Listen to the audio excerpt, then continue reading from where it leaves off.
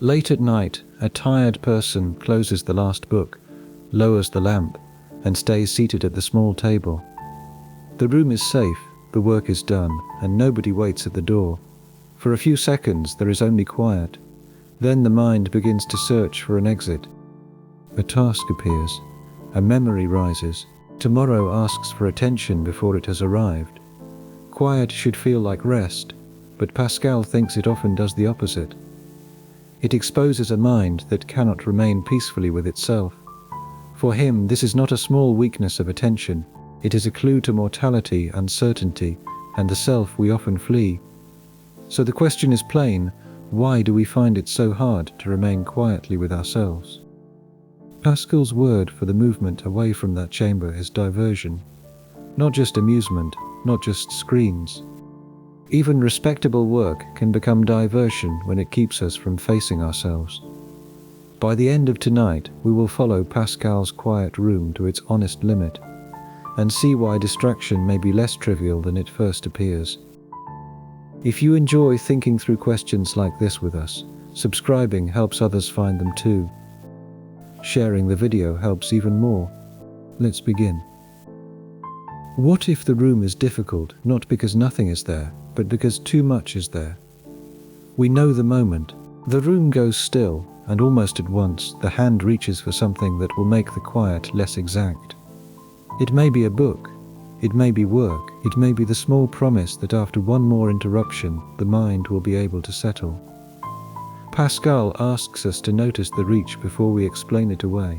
The reach is the first evidence, but the danger is to make the room into a test of discipline, and that reading is too small for Pascal.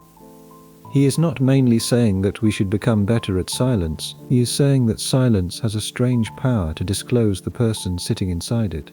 The room does not create the unrest. It reveals what movement usually hides. It removes the coverings that usually keep the unrest from becoming visible. Now listen to the claim in its older shape, where the chamber carries the pressure. In the Trotter translation of the Pensées, Pascal says he has often discovered that all the unhappiness of men arises from one thing, that they cannot stay quietly in their own chamber. We should hear the wording carefully. That sentence is not the modern slogan about every human problem. The claim concerns unhappiness, rest, and the chamber as a place where the human condition can no longer hide behind movement. Let's begin with the room itself. A chamber is small, and it gives the mind no grand stage, no crowd, no office, no hunt, and no noble errand. Just enough shelter to be safe and enough quiet to think. That should be enough. For Pascal, the terrible discovery is that it is not enough, and this changes the whole question. If silence were merely empty, the answer would be straightforward. Add stimulation, find a better hobby, learn a calmer technique. But Pascal is after something harder. He thinks the room becomes crowded the moment the usual noise is removed, and memory arrives. Anticipation arrives. Regret arrives. The knowledge of time arrives. The self becomes present in a way ordinary life usually prevents. So we should not rush past the physical image. A person in a room is not a theory, and anyone can picture it. The door is closed, the walls are near, the body is still. The mind has nowhere impressive to point. In that simplicity, Pascal finds a kind of experiment. Remove the business of the world and ask what the person does next. Here is the uncomfortable part. The first movement is often not contemplation. Most often, the first movement is flight. Not always dramatic flight, and sometimes the flight looks tiny. We check a thought, adjust a plan, or rehearse a conversation. Then the mind finds another reason to stand up. We do not need a battlefield to leave the room. We only need the mind's ability to go elsewhere. Look closely at what Pascal is not saying. He is not condemning every activity as false, nor calling work, friendship, conversation, and games worthless. He is asking why we so often need them to rescue us from simple presence. The moral weight is not carried by the surface label of the activity. What carries the weight is the direction in which the activity moves the soul, and we can feel the difference once Pascal separates the activity from its hidden use. Sometimes work is only work, a way to serve, build, or repair what life has placed before us. At other times, the same work becomes a shield that keeps us too occupied to notice the fear beneath the pace. Pascal's room matters because it strips away the respectable label and leaves the need exposed, and the little chamber remains more unsettling than any lecture about attention for precisely that reason. But the exposure is not easy to describe without sounding harsher than Pascal needs to sound. He is severe, but he is not shallow. He does not look at human restlessness from a comfortable distance. He sees it as part of the condition he shares. We are not watching foolish people fail a silence test. We are inside the same movement, and yet the room does not accuse us in a simple way. It clarifies us by showing what ordinary motion had been covering. The quiet asks whether we can remain with our own thoughts when there is nothing to win, nobody to impress, and no immediate task to absorb us. The answer for Pascal is often no, not because we are uniquely weak, but because we are human beings who know too much about ourselves to rest easily. Think about how strange that is. A creature can be sheltered and fed, safe and undisturbed, yet still be unable to remain at rest. The problem is not scarcity in the ordinary sense. The problem is the meaning of being present to oneself. A room can give us protection from weather, enemies, hunger and noise. It cannot protect us from the knowledge that we are finite, restless and unfinished. Now the famous line becomes sharper. The room matters not because Pascal likes austere interiors, but because it removes alibis. If we are miserable in the middle of danger, we can blame danger. If we are miserable in poverty, we can blame poverty. But if the room is safe and quiet, the explanation has to move inward. Something in us remains unsettled even when the world has briefly stopped demanding anything. We should pause over that word inward. Pascal does not mean a neat private interior, as if the self were a locked cabinet full of clear objects. The inward life is noisy, made of memory and desire, fear and vanity, along with hopes we barely understand. The inward life grows louder when outward noise is removed. The room does not simplify the self. It lets that complexity become audible, and a room that contains the whole person who enters it is already difficult enough. Pascal's insight begins there, not with a command to meditate and not with a lesson about focus, but with the discovery that ordinary quiet can reveal a disorder we normally keep hidden by motion. Now we can give the room a second look.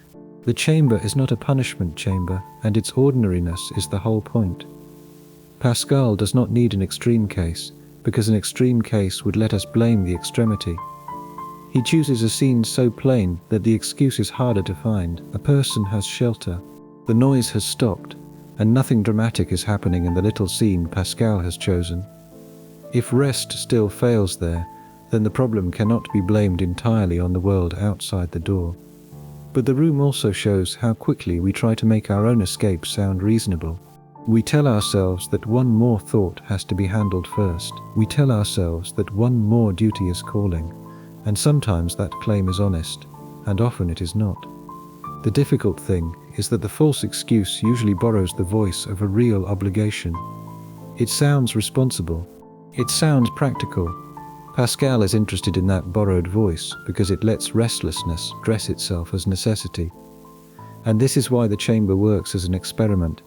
It removes the obvious demands, but leaves the language of demand inside us. We carry the office into the room. We carry the court into the room. We carry the imagined witness who approves or condemns us. So the door may be closed, but the world has not disappeared. It has become interior. The room reveals that much of what we call pressure is already being manufactured by the mind before the world asks anything at all. Think of a person who finally has an hour alone and immediately spends it defending the hour from silence. They plan the next day, then correct the plan, then imagine the conversation in which the plan will be misunderstood. No one has entered, nothing has changed, yet the room has filled with movement. Pascal wants us to take that kind of ordinary scene seriously, because it shows the self can become its own disturbance. The first lesson is not that we should love silence, because silence cannot be understood from the outside. The room has to be entered before its difficulty appears. From a distance, quiet looks like absence. From inside, it becomes an encounter. We discover that the hard thing is not merely stopping the hands or closing the door. The hard thing is remaining with the company we become to ourselves when the usual movements lose their authority. That discovery also protects Pascal from a shallow moral reading. If the room were only a test, some disciplined people would pass, and the rest would fail. Pascal's claim is more unsettling because even the disciplined person brings a self into the room. A stricter routine may hide the same unrest in a cleaner form. The chamber does not ask whether we can perform stillness well. It asks what stillness exposes when performance has nowhere useful to go. And here the question becomes personal without becoming merely private. We do not have to confess a secret to understand it. We only have to remember the strange unease of an unfilled pause. Pascal takes that small unease and refuses to trivialize it. He lets it become evidence. Not evidence that life is worthless, and not evidence that activity is false, but evidence that the human being is not naturally at home in bare presence. There is also a social humility in the image. Pascal does not begin with a king, a soldier, or a scholar because the chamber belongs to everyone. A great public life may hide the same unrest as an ordinary private one. The room cuts through rank because rank has no immediate use there. The titled person and the unknown person both discover the same difficulty when the world stops confirming their role. Keeping the scene small is the source of its force. The smallness is the force. If Pascal had chosen a spectacular crisis, we could admire the drama and miss the claim. Instead, he chooses the hour after the drama has stopped. We learn that the self does not need catastrophe to become difficult. It only needs enough quiet for the usual coverings to loosen. We can also notice that Pascal's room is not hostile to the world. The world stops speaking loudly enough for the inward reply to be heard, and that inward reply, whether anxiety or grief or expectation, was already present before the silence made it audible. So when the room feels full, Pascal has not smuggled drama into it. The self is never only a blank observer. We enter quiet carrying unfinished loves, unfinished fears, and unfinished accounts of ourselves. The room gives those unfinished things a chance to announce themselves. The chamber also removes one more defense: comparison. In public life, we can explain ourselves by pointing to others, their demands, their failures, their expectations, their noise. Alone, comparison weakens. The person still has memories of the crowd, but the crowd is no longer there to carry the explanation, and so the quiet can feel strangely accusatory without anyone accusing us. If the room reveals restlessness, we have to ask what carries us out of it. So what does Pascal mean when he says diversion? Let's not make Pascal smaller than he is, and diversion is not a synonym for entertainment. The French word divertissement has the sense of being turned aside. Something carries the mind away from the place where it would otherwise have to remain. A game can do this, and so can a campaign, and so can a career that looks serious from the outside. But our modern ear hears distraction and imagines something minor: a glowing screen, a bad habit, a failure to focus. Pascal's category is wider and more disturbing. It includes the hunt and court life, but also gambling, work, and ambition. Some of these look frivolous, and some look noble, and the shared feature is not their social status. The shared feature is that they give the mind somewhere else to go. Now the hunt matters because it exposes the mechanism. The hunter says he wants the hare. Pascal says the hare is not the deepest object. If someone handed over the animal without the chase, the desire would fade. What is wanted is movement, pursuit, and the suspense of not yet having arrived. The chase saves the hunter from the stillness that would follow possession. And that is why diversion can wear the costume of seriousness inside Pascal's account. We can hide from ourselves in work as easily as in pleasure when the pace protects us. We can turn duty into flight when the pace of duty prevents any encounter with what the pace is covering. Pascal is not impressed by the badge an activity wears. He wants to know what it does to the person who cannot bear to stop. Here is the difficult distinction. Some movement belongs to life. Human beings have bodies and obligations. with friendships and illnesses woven through ordinary days. Pascal is not imagining a pure creature who should float above all of this. His question is more exact.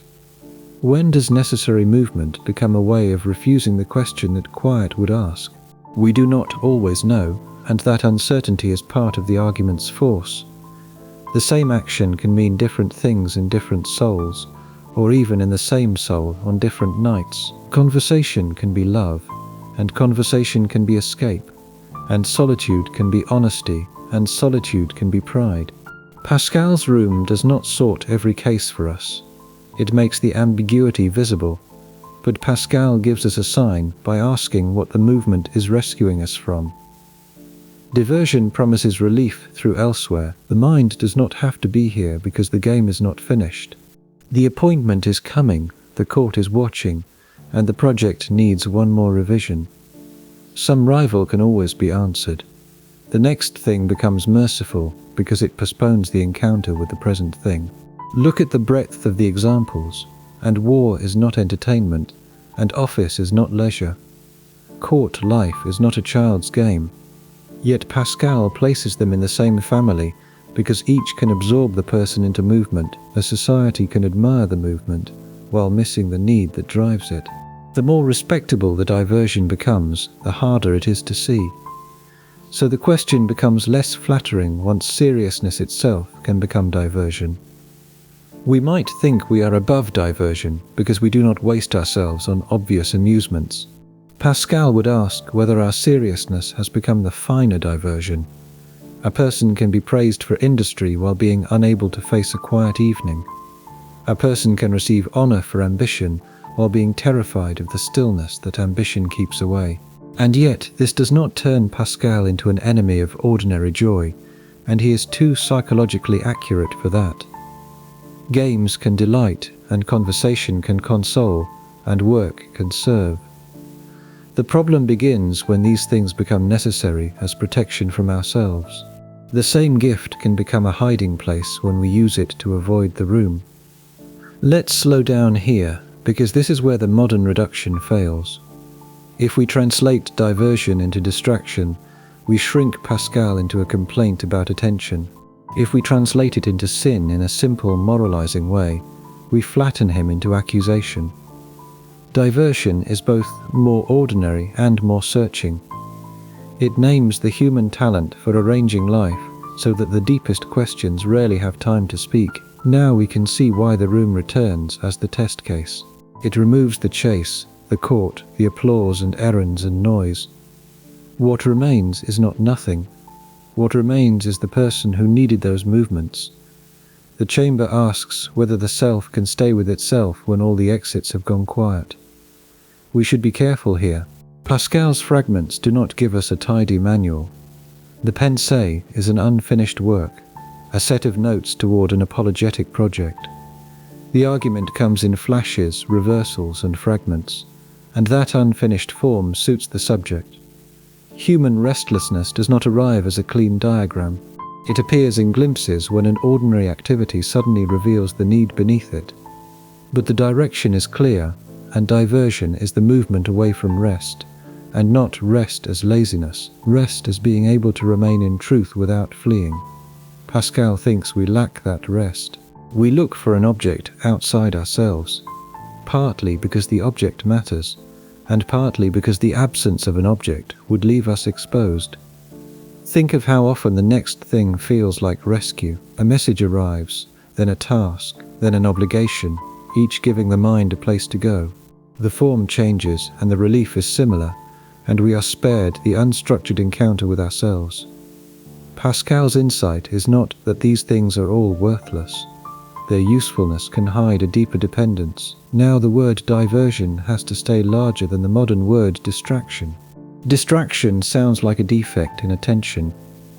Diversion names a direction of the whole person, not only the mind wandering from object to object, but the whole self turned away from the place where it would have to become honest.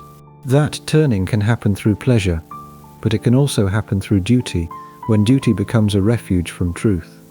But this does not mean Pascal is suspicious of every serious activity in the same way. He is not asking us to erase the difference between serving another person and chasing applause. The difference matters. What he adds is a second question beneath the visible one. After we ask what the activity is, we have to ask what the activity is doing for the soul. Is it drawing us into reality, or is it helping us remain safely absent from ourselves? The hunt makes the mechanism easier to see because the object seems clear. The hunter says he wants the hare. Pascal asks why the chase matters more than the possession. If the animal was simply handed over, the excitement would collapse. The desire was not only for the object, it was for suspense and movement, with risk and a future not yet resolved. In that future, the hunter is spared the weight of having arrived, and the same structure can exist in more respectable forms.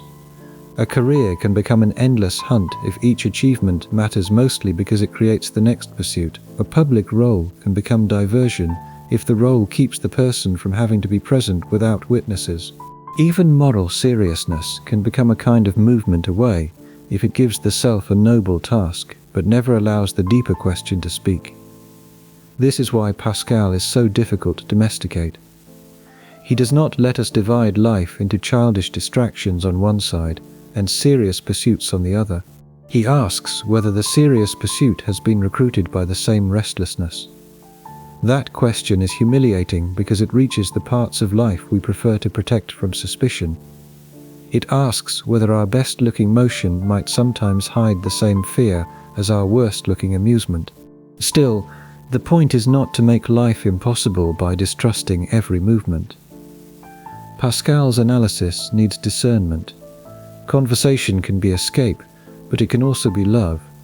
Work can be flight, but it can also be fidelity to something real. The difference is not always visible from the outside. Two people may do the same thing for different inward reasons.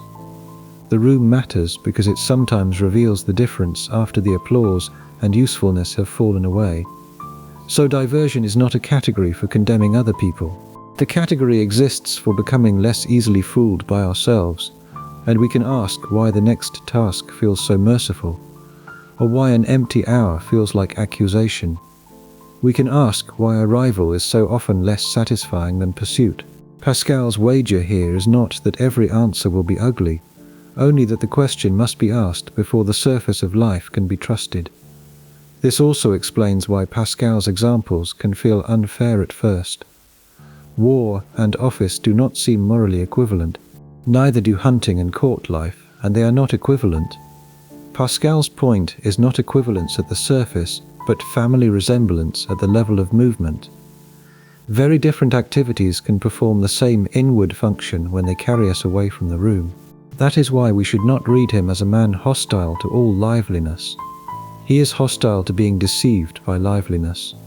He wants to know whether the liveliness is alive to truth, or whether it has become a bright way of refusing truth. Once that question is asked, the category of diversion becomes harder to dismiss as old religious suspicion of pleasure. And the word diversion can include such different examples without becoming sloppy precisely for that reason. The common thread is not pleasure. The common thread is being carried elsewhere. A person may be carried elsewhere by noise, but also by reputation, by rivalry, or by the demand to appear useful every hour of the day. Pascal is not asking us to become suspicious of usefulness as such. He is asking us not to let usefulness become the final defense. A useful life can still be a life that never becomes honest about what it is avoiding. That enlargement of the category is uncomfortable precisely because it reaches lives we consider well-ordered. Diversion can survive even in a disciplined life. A disciplined person may have fewer obvious distractions, but more respectable hiding places. The calendar can become a sanctuary from honesty. The plan can become a way of postponing the question. Pascal is not impressed by order if order only gives restlessness a cleaner uniform. Once diversion includes noble motion as well as idle amusement, boredom becomes stranger than a lack of things to do. We have seen that the quiet room reveals restlessness, and that diversion, whether a game, a career, or an inward fantasy, carries us away from what the room discloses. We have also seen that diversion is wider than amusement. Even serious work can serve the same purpose of escape. The question that remains is why? What is so difficult about staying that even the mildest quiet prompts the mind to search for an exit? Why does having nothing to do so quickly become something we want to escape? We often treat boredom as a small inconvenience, and the room lacks colour and the hour lacks novelty. The mind has not been given a sufficiently interesting object. Pascal refuses that easy reading. Boredom matters because it appears when objects are removed, and what it reveals is not merely a shortage of stimulation. What boredom reveals is an incapacity for simple presence. But boredom is deceptive because it feels so ordinary, and nobody needs a philosopher to know the dull ache of an unfilled hour. Yet Pascal hears something inside that ache, the self discovering that it is not enough for itself. The emptiness of the hour becomes evidence about the person who cannot inhabit it. Now this is not the same as saying that people should enjoy blankness, and Pascal is not romanticizing bare inactivity. He is noticing the speed with which bare inactivity becomes discomfort. We ask for something to happen, invent errands, and turn toward noise because shapeless time threatens to show us our dependence. And here the room becomes a kind of laboratory. Remove danger and hunger, then remove obvious pain, and the self still searches for escape. The problem has changed location, no longer sitting in the external condition, but in the relation between the self and its own existence. Boredom is the feeling of that relation becoming exposed, and Pascal's boredom is not trivial for exactly that reason. What Pascal means is not the boredom of having no entertainment option. He means the boredom that arrives when there is no longer a task strong enough to define us. Without a project, we have to face the strange fact of being a person at all, and the mind, left with itself, does not settle. It stirs. Here is where the argument becomes uncomfortable. We often prefer to say we are bored, because that sounds manageable. Boredom sounds smaller than fear, smaller than mortality, and smaller than not knowing what we are for. Pascal suspects the smaller word is protecting us from the larger condition. We call the room dull because we do not want to say the self has become difficult company. Let's stay with that for a moment. A person can be surrounded by comfort and still feel the need to be carried away from themselves. The discomfort is not solved by comfort because comfort was never the whole problem. Pascal's claim cuts through the assumption that if the external conditions were improved enough, the inward restlessness would vanish. But we should not confuse Pascal with a cynic, and he does not deny that external suffering matters. He knew pain and illness. He also knew conflict, and the fragility of the body was never abstract to him. His point is not that all misery is psychological, and his point is that even when some outer miseries are removed, another misery remains. We discover that the self is not naturally at peace with itself, and this is why boredom has evidential force. Boredom tells us something. The mind is not merely a machine waiting for input. It reaches beyond the present because the present is too exposed. The room becomes hard, not because the walls are empty, but because the person inside them is full of unresolved knowledge. Look at the timing. Boredom often begins before anything terrible has happened, arriving in advance of crisis. That advance is what interests Pascal, because the mind flees before the danger is named, sensing the approach of a deeper recognition and moving away. Diversion is the movement. Boredom is the alarm that sounds when movement is interrupted, and we have established something now. Pascal's room is not a productivity test, and diversion is broader than amusement. The question that remains is why the removal of diversion makes the self feel exposed rather than relieved. Boredom gives us the first answer, and it shows that quiet does not leave us empty. Quiet leaves us with ourselves.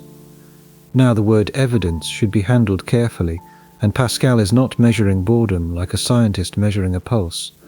He is interpreting a human fact, and the fact is familiar, and the interpretation is severe. If we cannot bear rest, perhaps restlessness is not an accident at the edge of life. Perhaps it belongs near the center. And yet the severity has mercy inside it. Naming boredom as evidence is not to mock the bored person, but to take the experience seriously. A shallow culture tells us boredom means we need better stimulation. Pascal asks whether boredom is disclosing something severe about our condition. So boredom is the first deepening of the room. The stillness exposes restlessness. The restlessness seeks diversion. The interruption of diversion becomes boredom, and boredom begins to show that the self is not a settled home, but a question that keeps returning. Now boredom begins to look less like a blank space and more like a disclosure. The bored person often says there is nothing happening, but Pascal hears something happening very clearly. A relation between the self and its own time is being exposed. The self is meeting time without a strong object to organize it, and that meeting feels unstable. The hour does not become empty, it becomes too open. But we usually protect ourselves from that openness by giving boredom a harmless explanation. We say the room is dull, the day is slow, the entertainment is not good enough. Sometimes those explanations are true at the surface. Pascal's question is whether they are complete. If a person cannot bear even a safe and quiet hour, perhaps the dullness is not only in the hour, perhaps the dullness is the form taken by a deeper refusal to remain present. And boredom has a strange honesty because it arrives before we have a theory. The chair grows uncomfortable, the minutes seem longer, and the mind begins to itch for shape, all before any explanation has been found. Only later do we invent an explanation. Pascal is interested in that pre-theoretical moment because it shows the movement before we have made it respectable. The body and mind testify before the argument begins. Think of a child on a rainy afternoon, then think of an adult after a success that should have satisfied them. The two scenes are different, but the pressure is related. In both cases, the expected object fails to hold the self in place. The child wants the next game, the adult wants the next proof that the achievement mattered. Boredom names the moment when the object is missing or exhausted and the person has not yet found a replacement. So boredom can reveal dependence, not dependence in the narrow sense of needing entertainment, but dependence on something outside the self to give time a bearable shape. Pascal thinks this dependence is one reason human beings are so vulnerable to diversion. We do not merely enjoy objects, we lean on them. They hold the hour together for us. When they are removed, the weakness of our own rest becomes visible. This is also why boredom is not solved by more novelty in any lasting way. Novelty can postpone the question, and sometimes postponement is useful. But the underlying relation remains. If the self cannot be present without being carried by an object, then each new object inherits an impossible task. The new object must not only interest us, it must rescue us from ourselves, and no ordinary object can bear that burden for long without collapsing. Here Pascal's severity becomes almost diagnostic. He is asking us to treat boredom as information rather than as a minor nuisance to be erased. What does the unease show, and what does the need for the next thing keep us from hearing? These questions do not make boredom pleasant. They make it legible. They turn an apparently trivial mood into a doorway into the larger problem. Boredom also humiliates the modern assumption that the self is naturally sovereign. We like to imagine that we command our attention and merely choose among possible objects. Pascal's room suggests something less flattering. Attention often behaves like a dependent creature. It begs for an object, clings to it, and grows anxious when the object falls away. That does not make attention shameful. It makes it revealing. We are not pure minds calmly selecting topics. We are restless beings who need the world to help us remain organized. Boredom is what happens when that help is withdrawn. The self then has to discover whether it can stand without being held up by the next object. Boredom also has a democratic quality. It does not belong only to people with empty lives. It can appear after accomplishment, after pleasure, and after a day full of perfectly reasonable tasks. Pascal can treat boredom as evidence about the condition, not merely about a lack of interesting arrangements. The experience says, even when the schedule has been filled, something in us remains unfilled. We may cover that remainder quickly, and often we must.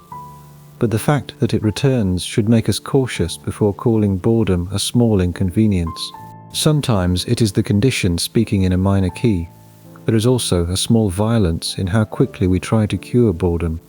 We treat it as something to be removed before it speaks. Pascal asks us to delay that removal just long enough to hear what the discomfort is saying. The point is not to worship boredom. The point is to stop assuming that every escape from it is innocent. Boredom exposes the self, but Pascal's account does not stop with psychology. It turns toward the paradox of what kind of creature can feel this misery at all. What kind of being is wounded by knowing what it is? Let's be careful not to turn Pascal into a scold. His view of the human being is severe, but it is not one-note contempt. The Pensées keeps returning to a double claim. We are wretched because we are fragile and dependent, restless and mortal. We are great because we can know it. The same consciousness that opens the wound also gives the wound its dignity. But that double movement is easy to lose, and if we hear only wretchedness, Pascal becomes a preacher of disgust. If we hear only greatness, he becomes a dignified humanist with darker lighting, and neither reading is honest. Pascal holds the two together. The human being is low enough to need diversion and high enough to recognize diversion as diversion. Now the thinking reed matters here, and Pascal's famous image is not a compliment in the modern motivational sense. A reed is weak. A reed can be crushed by a vapor, a drop of water, a force almost too small to dignify. Yet the reed thinks, the universe may crush it, but the reed knows that it is crushed. And in that knowledge Pascal finds a strange greatness. And this returns us to the room, and the room hurts because we can know what the room reveals. A stone is not troubled by its finitude, and an animal may suffer and rest without turning its gaze on that suffering. Pascal is interested in a creature that can reflect on suffering and death. We are not merely exposed to our condition, we understand enough of it to be unsettled by it. So our misery is not proof of insignificance in the simple sense, and it is partly the cost of awareness. We feel the gap between what we desire and what we are, and we can imagine permanence while living in time. We can desire truth while living with uncertainty. We can think of happiness while failing to remain with the conditions that might reveal why happiness escapes us. Here is the Pascalian pressure. We are neither beasts nor angels. If we were only beasts, the question of the quiet room might not arise in this form. If we were angels, we might rest in truth without needing diversion, and human life sits between. We know enough to be wounded, not enough to be at rest. But this in-between condition also saves the argument from cheap pessimism, and Pascal does not say the restless person is worthless. He says the restless person is revealing the shape of the human condition. And we are great enough to ask why we flee. We are wretched enough to flee even after asking. That tension is the engine of the Pensée. Let's slow down here, and the modern temptation is to translate every discomfort into a problem to be managed. Pascal's greatness and wretchedness distinction does something else. It asks what the discomfort discloses about the kind of creature who can experience it. The quiet room is not merely a trigger, but a mirror held before a paradox. And the paradox matters because it changes how we judge diversion, and if we were only foolish, diversion would be easy to condemn. If we were only noble, diversion would be beneath serious attention, but we are both wounded and aware. Diversion becomes understandable without becoming innocent. It protects us from what we are great enough to see and too weak to hold steadily. Look at how exact this is. And we do not flee because the truth is meaningless. We flee because the truth matters too much, and mortality matters, and judgment matters, and lost time matters, failed love matters, and the unfinished self matters. And the room lets these things gather, and the mind looks for relief. Now this is where Pascal's severity becomes strangely humane, and he does not flatter us. He also does not reduce us. A being capable of shame, prayer, and mathematics cannot be captured by a single insult. Neither can a being capable of vanity, tenderness, and dread. The human being is a contradiction with a pulse. We can see why a philosophy of the quiet room needs this double claim. Without greatness and wretchedness held together, The argument becomes a complaint about distraction. With them, the complaint opens into anthropology. Pascal is asking what sort of creature needs noise in order not to hear itself think. But he is also asking what sort of creature can notice that need. And that second fact is crucial. We can turn around inside our own restlessness and study it, and we can ask whether the chase is really about the hare. We can name the room as a problem. The diagnosis itself belongs to our greatness. So the quiet room is humiliating and dignifying at once. The room shows how little rest we have, and also that we are capable of seeing our lack of rest as a clue. The discomfort becomes philosophical because the creature feeling it can ask what it means. Now Pascal's double vision matters because it prevents the room from becoming either contempt or consolation. If he only called human beings wretched, the argument would be cruel and finally too simple. If he only called them great, the room would lose its bite. The scandal is that both are true at once. We can see what we cannot hold. We can name the flight while still wanting to flee. But greatness, for Pascal, is not confidence, not the modern feeling of being impressive. We are talking about the strange dignity of a being able to know its own fragility. A reed can be broken by almost nothing, but the thinking reed knows the universe can break it. That knowledge does not make the reed physically stronger, it changes the meaning of weakness. The weakness becomes conscious, and consciousness gives it a different weight. And this returns us to the quiet room. The room hurts because the person inside it is not merely an organism seeking comfort. The person can ask what comfort means. The person can remember failures, imagine judgment, fear death, and wonder whether the whole life has been rightly ordered. That capacity is a kind of greatness, but it is also why stillness can wound. A creature without such awareness might rest more easily. Think of how often we try to cure misery by lowering the standard of the question. We say we need a better routine, a better distraction, a better arrangement of the day. Those things may help. Pascal does not deny ordinary remedies their place. But his deeper claim is that some misery comes from the disproportion between our appetite and our condition. We want more permanence, more certainty, and more rest than finite life can easily give. So diversion protects the wretchedness and insults the greatness at the same time. Diversion protects because the full pressure of awareness is hard to bear, and diversion insults because a being capable of truth is being carried away by movement that may prevent truth from being faced. Pascal can sound severe without being merely contemptuous, because he thinks the human being is worth the severity. We should notice how far this is from self-help. The point is not that we can unlock hidden greatness by embracing discomfort. Pascal's greatness is not motivational fuel. The capacity to recognize our condition may not make us happier.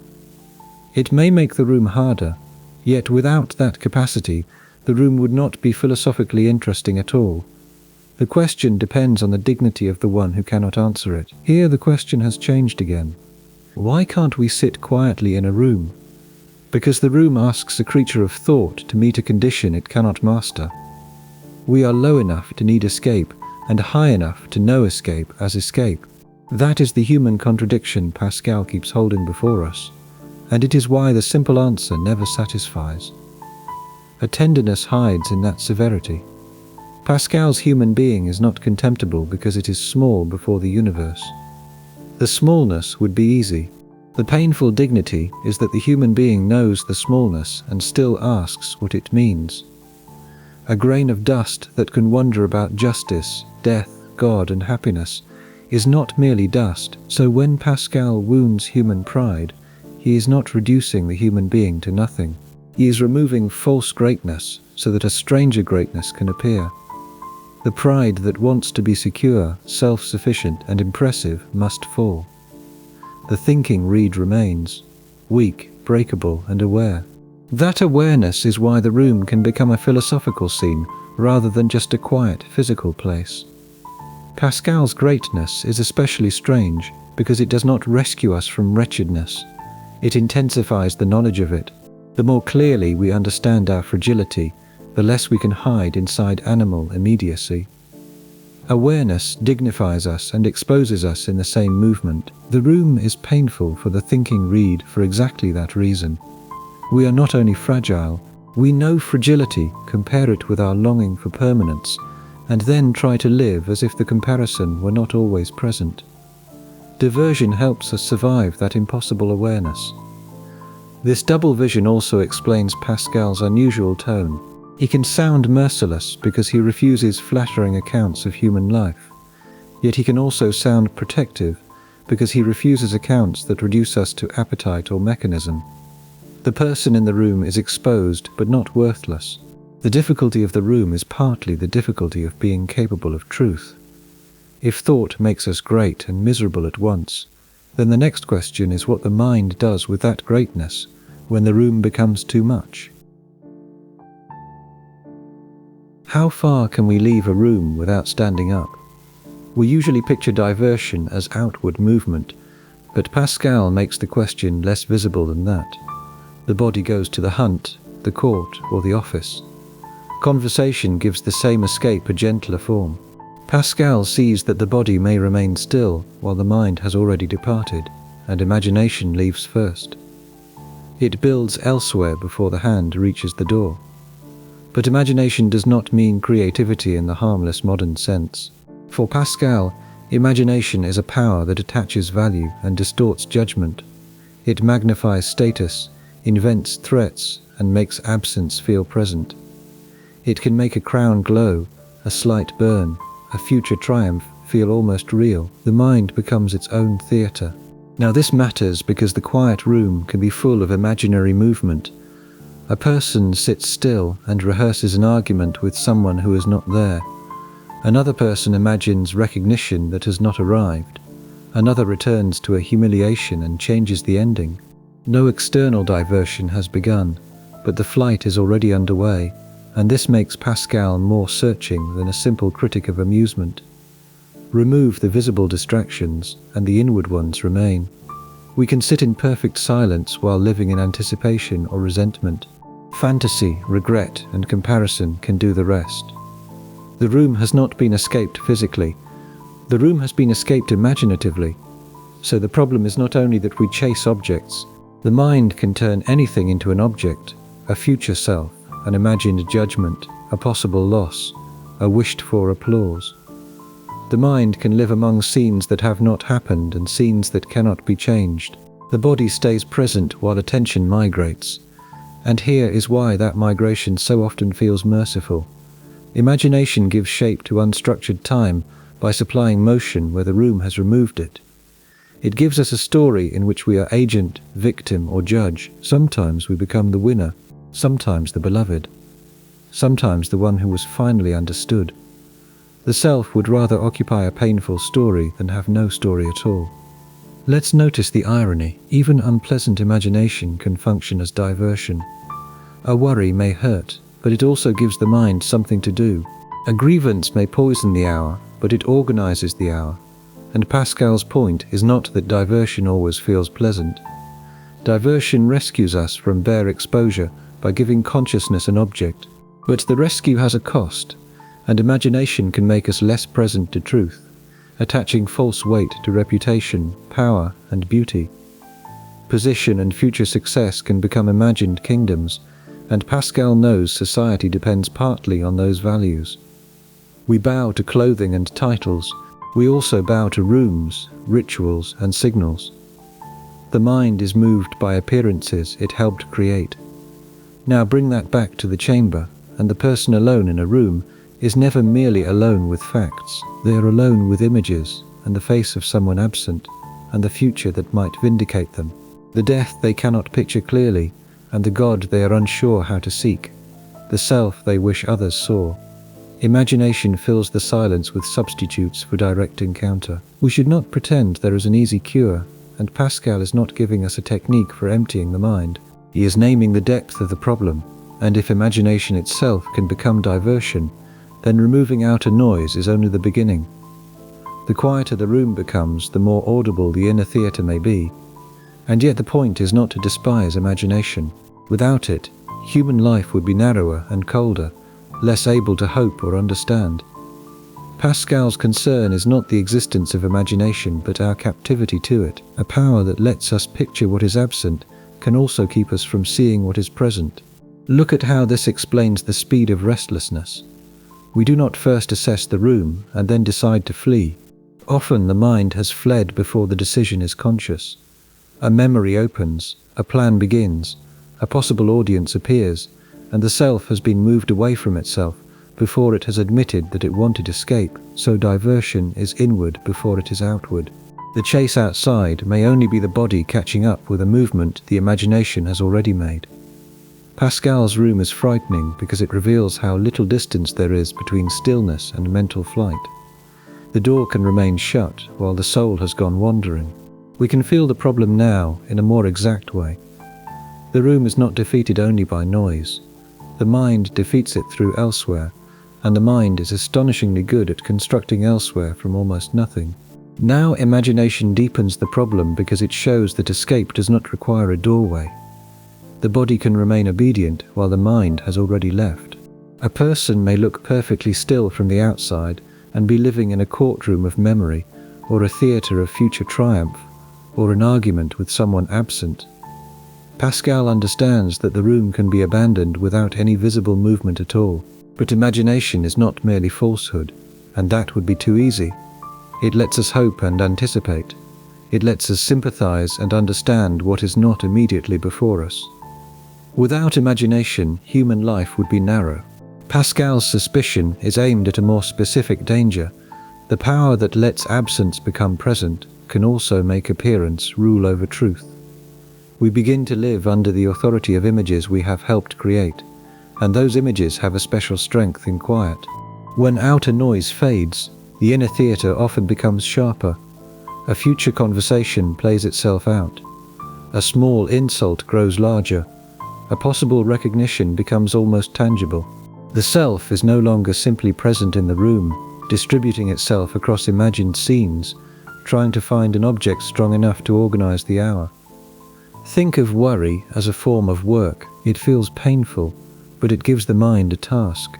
It says, stay with this imagined danger, revise the responses, prepare for what may come. The worry may exhaust us, yet it also saves us from blank exposure.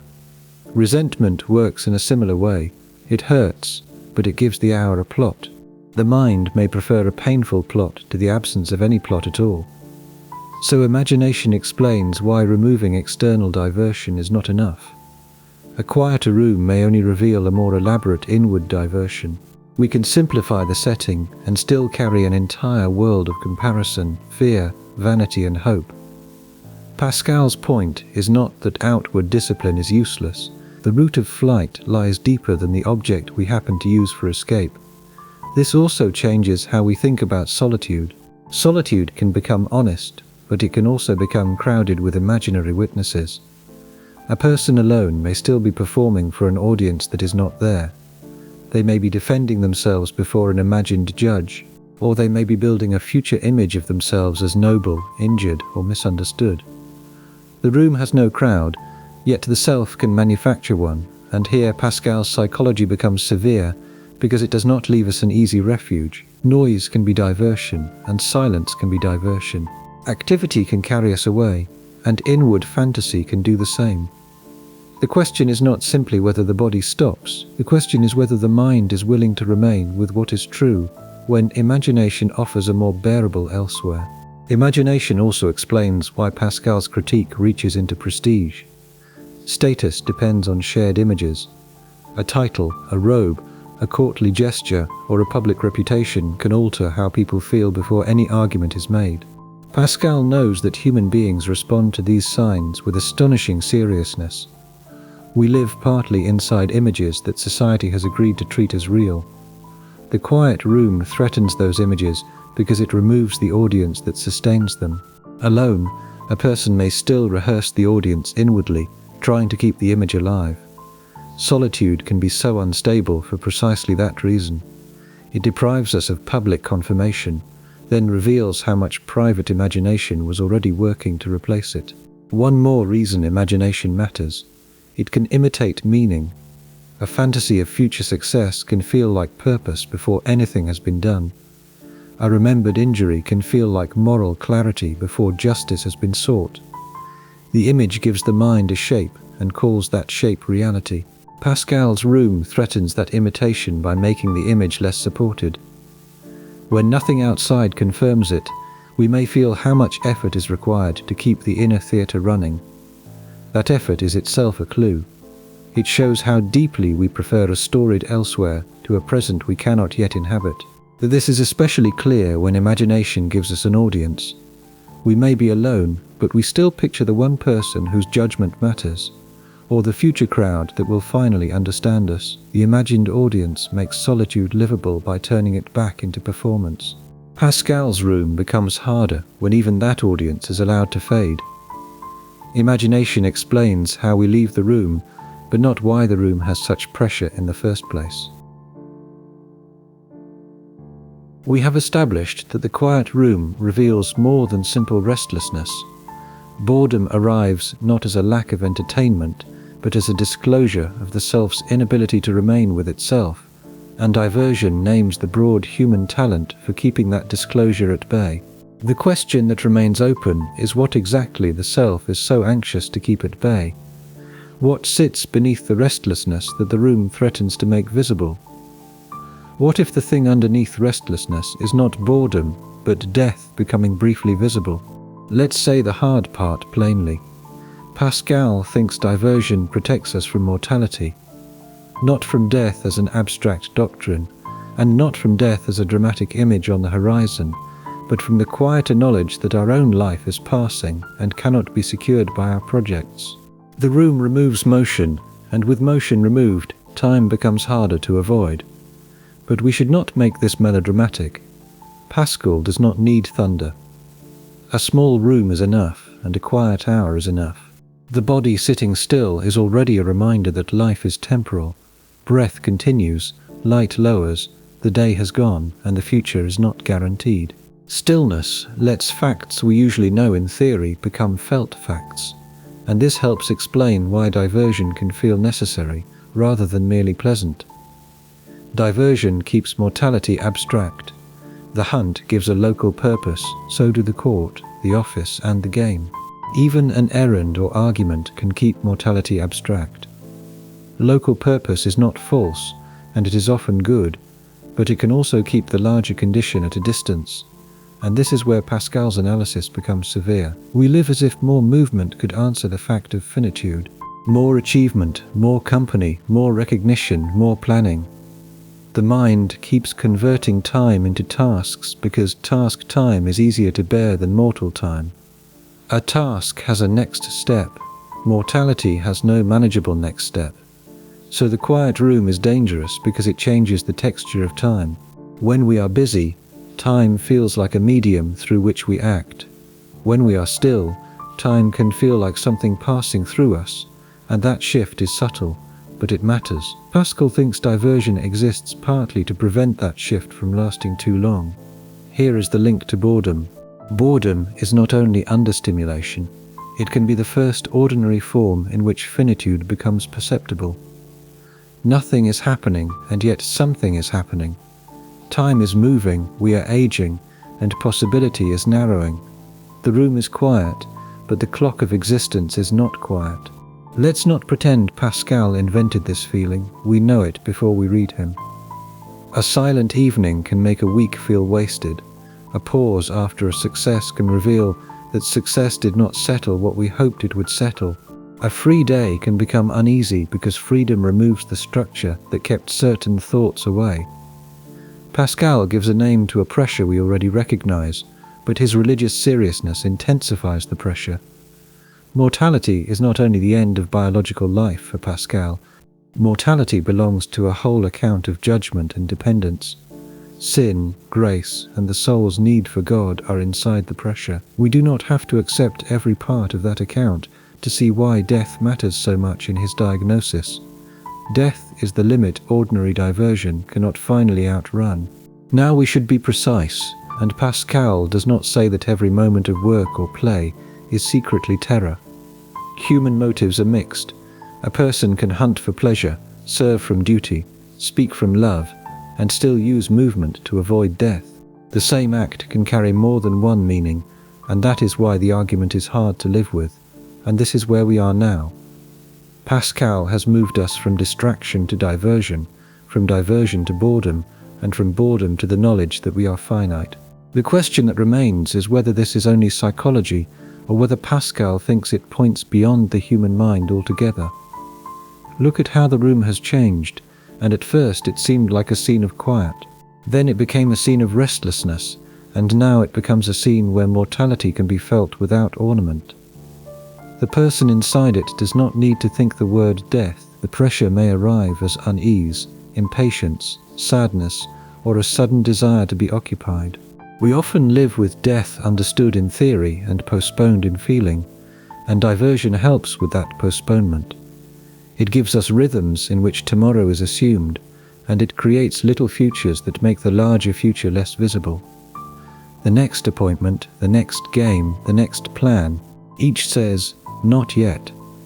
But quiet weakens the not yet. It does not answer death, it does not explain it away, it only makes the postponement less complete. Pascal's claim is that human beings find this exposure nearly unbearable. We would rather be carried along than forced to see where carrying along must end. So mortality is not a separate topic added to the room. Mortality is one reason the room has weight. The room is where the distraction stops long enough for the mortal condition to become less abstract. And Pascal's little chamber can feel larger than any public stage for precisely that reason. Death enters the room without needing to be named loudly, and that quietness is part of its force. Pascal is not imagining a theatrical confrontation with mortality. He is interested in the quieter way finitude presses into ordinary time. The day ends, the body tires, a pause opens after the work is done, and suddenly the future feels less guaranteed than it did while the work was carrying us forward. But diversion changes the texture of time. When we are occupied, time appears as a field of action. It contains errands, promises, and possible achievements. When motion stops, time can appear as passage. Time is no longer only something we use, it is something taking us with it. That shift is difficult to bear because it makes the mortal condition less abstract. We do not merely know that life is finite in theory. We feel time moving through us. And local purposes help us avoid that feeling, and that avoidance is not always bad. Human life needs local purposes. A meal must be prepared, a friend must be answered, work must be done. Pascal's sharper point is that local purposes can also shrink the horizon in a merciful way. They make the next step visible, and the next step protects us from the larger fact that no sequence of steps can secure us against death. Think of the silence after a completed task. Before completion, the task gave the day a form. After completion, the form falls away. A person expected satisfaction, but instead there may be a small unease. The success has ended, and life is still unresolved. Pascal would hear that unease carefully. Achievement can finish a project without settling the person who achieved it. So death beneath the quiet is not only fear of dying.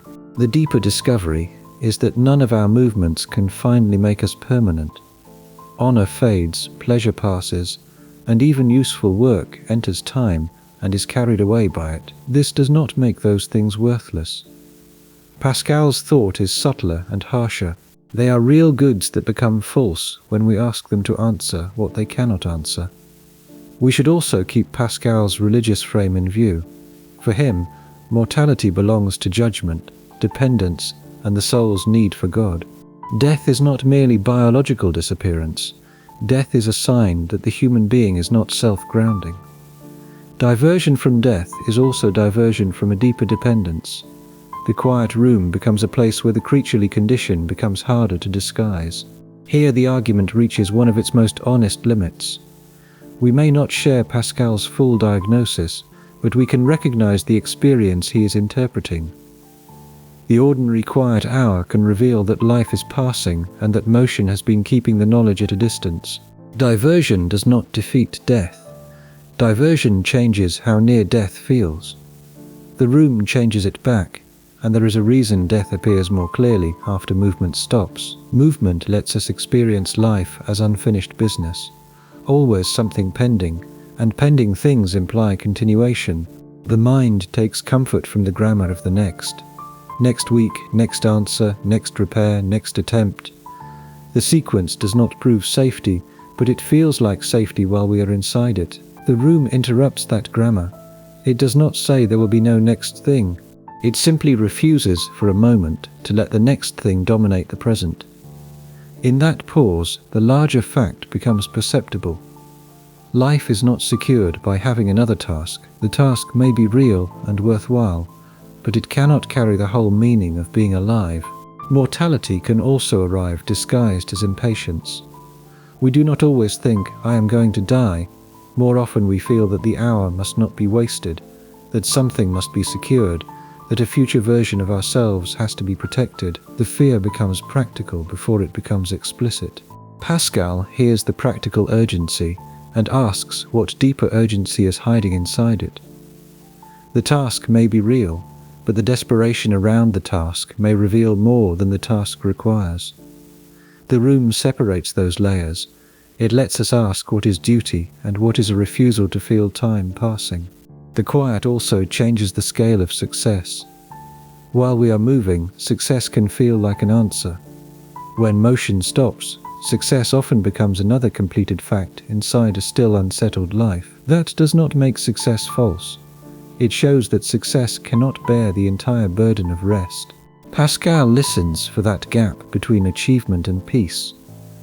For Pascal, the pressure under the room is not only existential, it is religious, and we cannot understand him honestly if we remove that frame. What changes if Pascal thinks the room is not only psychological but spiritual? Let's not secularize Pascal too quickly, because the temptation is already waiting. Keep the room and the boredom while quietly removing the theology. We may keep the critique of diversion too, then quietly remove God from the structure. That can produce a useful modern reflection, but it is not Pascal's argument. For Pascal, human restlessness belongs inside a Christian diagnosis of lostness and pride, misery and the need for grace. But let's also not reduce him to a proof text, because the religious frame does not make the psychological insight disappear. It gives the insight its deepest meaning for him. We can follow the human pattern honestly, while also admitting that Pascal himself is not writing a secular essay about attention. He is writing from inside a severe Christian vision of the human condition. Now Port Royal and the Jansenist world matter only as much as they sharpen the pressure. Pascal belongs to a milieu deeply marked by Augustine: human weakness, dependence on grace, and suspicion of pride. Above all, it distrusts the idea that fallen humanity can heal itself by effort alone. That background changes the room, and the room is not merely where the self meets itself. The room is where the self may have to face its distance from God. And this is why diversion is spiritually serious for Pascal. Diversion does not only waste time, it keeps the soul from confronting the truth of its condition.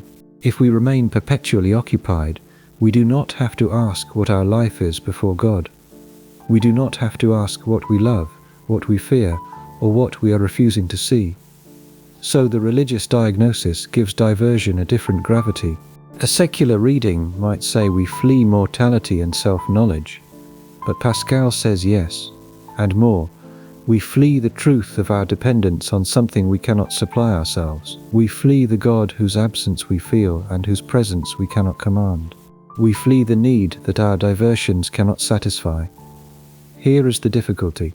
If we ignore this, we falsify Pascal. If we make it the whole question, the room disappears into apologetics. The honest path is narrower. We stay with the room and let Pascal's faith illuminate why the chamber matters to him, without pulling the argument toward a sermon or a debate about proof. We do not have to share Pascal's faith to see that his faith changes the meaning of the problem he is naming. A thinker may describe an experience we recognize while interpreting it through commitments we do not hold. The task is not to flatten those commitments. The task is to understand what they make visible. But Pascal also refuses a comfortable neutrality because detachment may be another escape. He does not let us stand outside the question forever, observing religious seriousness as an artifact. His whole style presses the reader, and the fragments ask whether the posture of detached observation might itself be another diversion. We can turn even analysis into a way not to be addressed. Now this is dangerous territory for a narrator because the tone can easily become wisdom delivery, so we should say it plainly and stop there. Pascal thinks the quiet room matters because the soul is not at home in itself, and because its restlessness points beyond itself. Whether that diagnosis is true is the open pressure. We do not solve it by modernizing him into a version that no longer wounds us. And yet the religious frame also makes Pascal more humane than a bare moralist. If human beings are fallen, dependent, and unable to heal themselves by willpower, then the room is not a self-improvement challenge, but a revelation of need, and the person who cannot sit quietly is not merely undisciplined. They are showing a condition Pascal thinks reaches to the root of human life. Look at how that protects the topic from productivity drift. Pascal is not asking us to optimize attention, he is asking what attention would have to face if it stopped running. For him, the answer includes God and sin, and grace also enters the question, misery and greatness, with the whole drama of the soul behind them. No technique can exhaust a question with that scope. Let's keep the balance exact. Pascal's Christianity is not decorative context, and not an optional mood. His faith shapes the meaning of diversion, but the shared human phenomenon remains visible even to those of us who do not accept Pascal's conclusion. The room still reveals flight. The question is what that flight ultimately means, and the religious diagnosis does not replace the room. It deepens it. The chamber becomes a place where psychology and mortality meet theology. The walls are ordinary. The pressure is not. Pascal asks whether our inability to remain there is a clue not only about attention, but about the brokenness of desire. Now Pascal's Christianity has to remain inside the argument, not as decoration but as structure. If we remove it completely, the room becomes a modern psychological exercise. If we make it dominate too quickly, the shared human experience disappears under doctrine. The difficult task is to let both truths stand. Pascal is interpreting a recognizable human pattern from inside a severe Christian vision of need, fallenness and grace. But grace matters here precisely because Pascal does not think the restless self can cure itself by improved technique. The modern reader is tempted to hear the room as an invitation to better habits, sit longer, reduce noise, learn attention. Pascal would not reject discipline as meaningless, but he would not confuse discipline with salvation.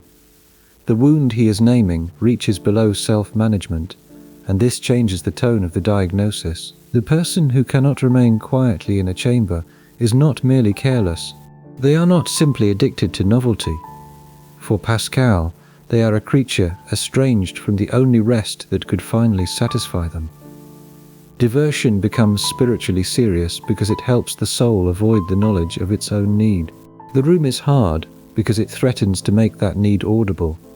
So think of how easily religion itself could become diversion if it were handled badly. A person might speak about God in order not to stand before God.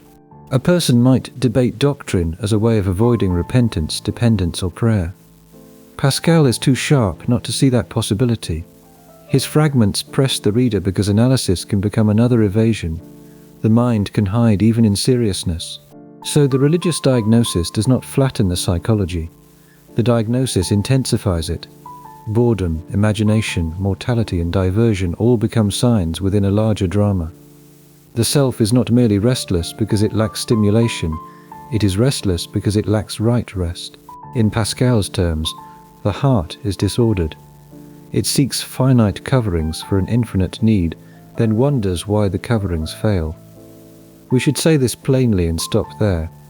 Pascal's answer is his answer, and we may accept it, resist it, or remain unsure. What cannot be done honestly is to pretend the answer is not there. His room is not a secular wellness room. It is a chamber in which the soul's homelessness becomes visible. That is why the pressure is so much heavier than a complaint about distraction. Here the intellectual honesty runs both ways. We do not have to turn Pascal into a neutral therapist to find him illuminating. We also do not have to settle the question of God in order to see the force of his description. The room remains powerful because it catches a human movement many people recognize. Pascal's faith explains, for him, why that movement reaches so deep. The recognition and the explanation remain joined, but not identical, and this is also why Pascal cannot be made harmless by calling him merely insightful. Insight, for him, is not the destination. If the room reveals need, then the question becomes what the need is for. The Christian answer is not an ornament placed after the psychology. It is the answer that gives the psychology its final direction. Still, the pressure of the diagnosis can be felt before that final answer is accepted. Many people can recognize the flight while remaining uncertain about Pascal's theology. That recognition is not a betrayal of him if we keep the uncertainty honest. The betrayal would be to pretend he meant only what a secular age finds easy to keep. The word rest also changes in this frame. Rest is not merely psychological calm, it is rightly ordered dependence. For Pascal, a soul at rest is not a soul with no movement, but a soul no longer using movement to hide from God. That distinction keeps his diagnosis from becoming a mere preference for stillness. This matters because a secular reader may keep the psychological insight while bracketing the theological answer. That can be honest if the bracketing is named. It becomes dishonest only when the bracketing pretends Pascal himself had no deeper claim. The room belongs to his whole vision, not to a detachable aphorism. The religious diagnosis is severe because it refuses to let human restlessness remain merely psychological. A technique may calm the surface, but Pascal asks what the calm is for. Is it a clearer opening to truth, or only a more refined way of managing discomfort?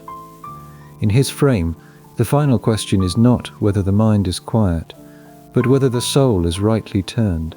Pascal's religious frame leads naturally to his most famous argument, but the wager matters here only because it shows how he thinks under uncertainty. Why does Pascal keep returning to situations where not choosing is itself a choice? Let's keep the wager in proportion. Any episode on Pascal risks being pulled toward it because it is the argument most people know. Infinite gain, finite life, uncertain truth, unavoidable decision.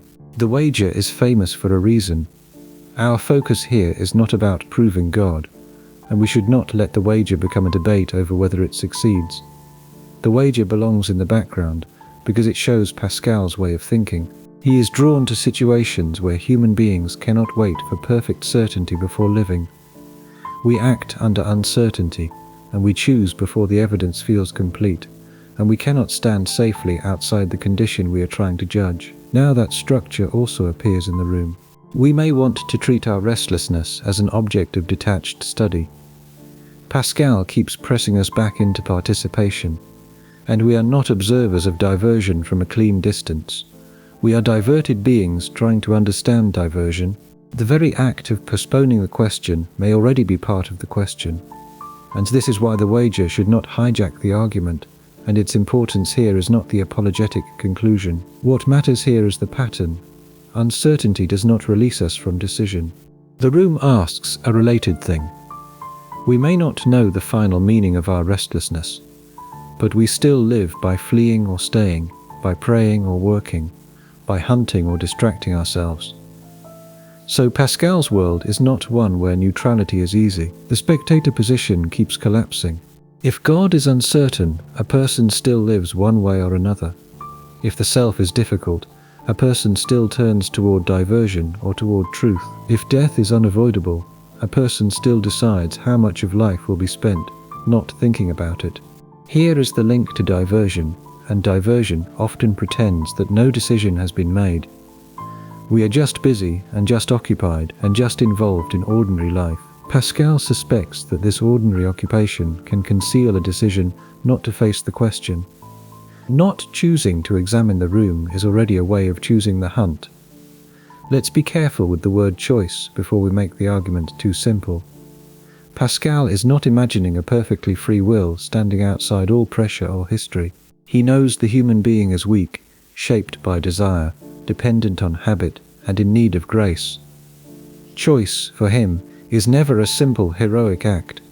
Still, the fact remains, life cannot be paused until certainty arrives. Now the wager also clarifies the role of stakes under uncertainty. Pascal is interested in what we do when the stakes exceed our ability to master the evidence.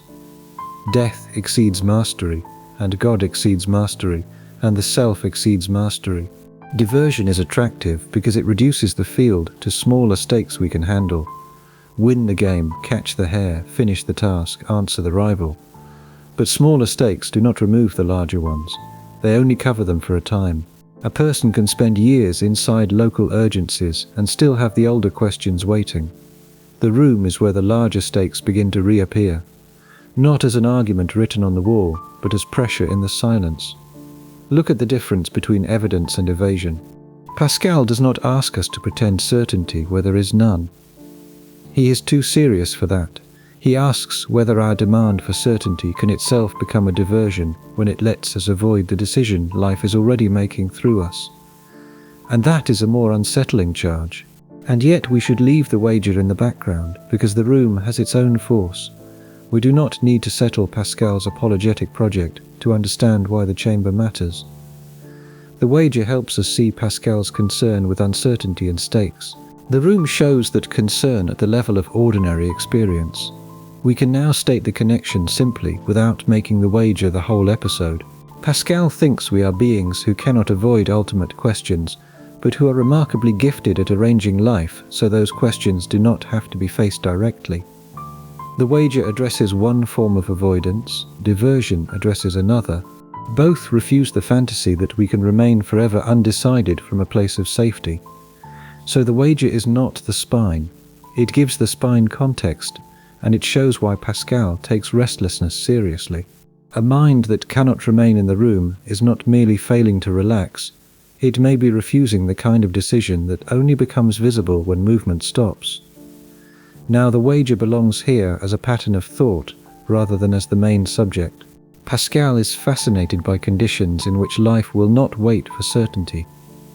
We want proof before we commit, but existence keeps moving. We live one way or another while the argument is still incomplete. That structure appears in religious belief, and it also appears in the quiet room. But the connection must stay precise. The room is not a miniature proof of God. The room is a scene in which avoidance becomes visible.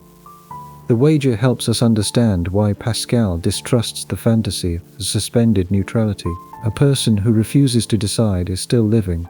A person who refuses to examine diversion is still being shaped by diversion. Waiting can become a form of choosing when life continues through the delay. And this is where the spectator position collapses. We may want to study restlessness as if it belonged to someone else. Pascal denies us that comfort. The reader is already implicated because the desire to remain safely analytical may be another way of staying out of the room. We can turn even careful thinking into a shelter if thinking never becomes exposure. Think of a person who says they will face the question later when life is calmer. Later may be wise in some cases.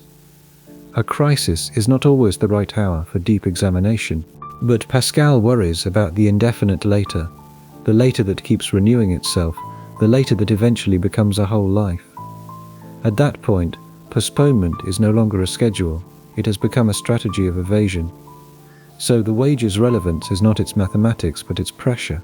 Pascal keeps asking what we do when the stakes are serious and mastery is unavailable. We do not master God, or death, or even fully ourselves. Diversion becomes attractive because it offers smaller fields where mastery seems possible. Finish the task, win the game, answer the rival. The scale is reduced and the soul can breathe. But reduced scale does not erase the larger stakes. It only hides them for a while.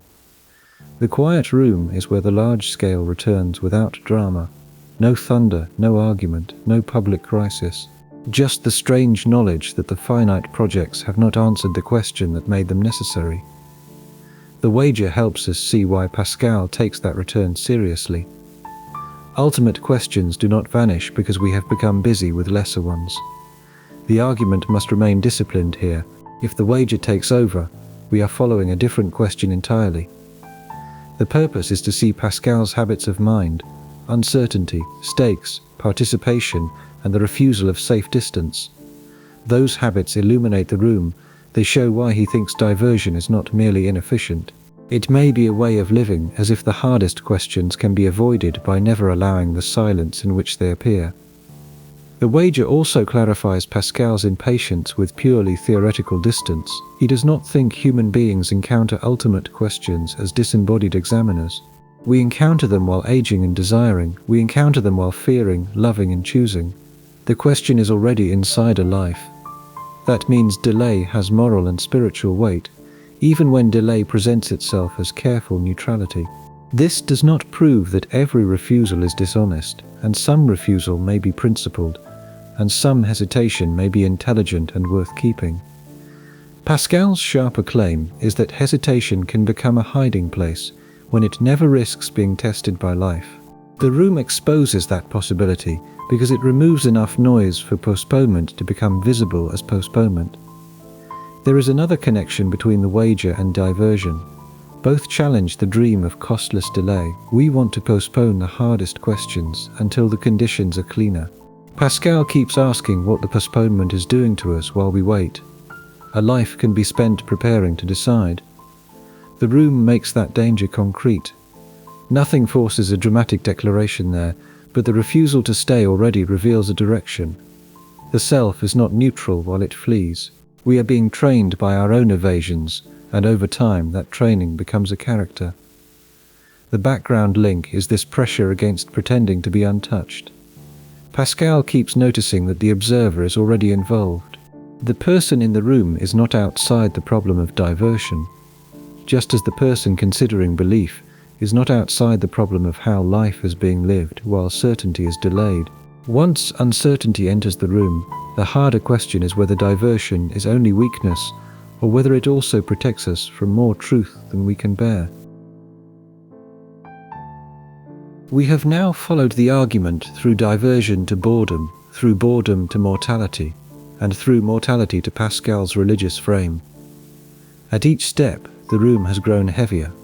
What began as ordinary restlessness has become a sign of the soul's distance from the rest it needs. The question that remains open is whether Pascal's severity leaves any room for mercy, whether diversion is only a failure, or whether some of it is woven into the structure of finite life itself. Is diversion a weakness or a mercy, or is it part of the structure of being human? Now, the simplest answer would be weakness. We flee because we are cowardly, and distract ourselves because we lack courage. Pascal sometimes sounds close to that severity, and we should not soften him too much. Diversion can be vanity, self-deception, and refusal, and it can keep a person from truth. It can turn a whole life into motion without encounter. But the weakness answer is not enough, and if Pascal were only accusing, the argument would be less interesting and less true. Diversion also has the character of mercy. Human beings may not be able to stare continuously at mortality and dependence. The weight of sin, uncertainty, and loss may be too much to face without interruption. Some covering may be necessary for ordinary life to continue, and this creates one of the most delicate tensions in Pascal's account. If diversion hides the truth, it is dangerous. If diversion protects us from being crushed by the truth, it is merciful. And if diversion is built into human life, it is not easily abolished. Pascal's severity forces the question, and his psychology complicates the answer. So let's slow down here. A life without any diversion might not look like wisdom. It might look like paralysis. Imagine a person who could never be carried outward by friendship, work, and duty, or by some quieter form of hope. Imagine someone permanently fixed before death, guilt, and uncertainty. Would that person be more truthful, or simply unable to live? So we need a distinction, and some diversion is flight from truth, and some diversion is participation in life. Some diversion may be both at once, and conversation can hide us from ourselves, and it can also draw us into love. Work can conceal mortality, and it can also answer real need. A game can be vanity, and it can also give human beings a harmless form of shared delight. Here is where Pascal's religious frame matters again. For him, the final answer is not balance in the modern therapeutic sense.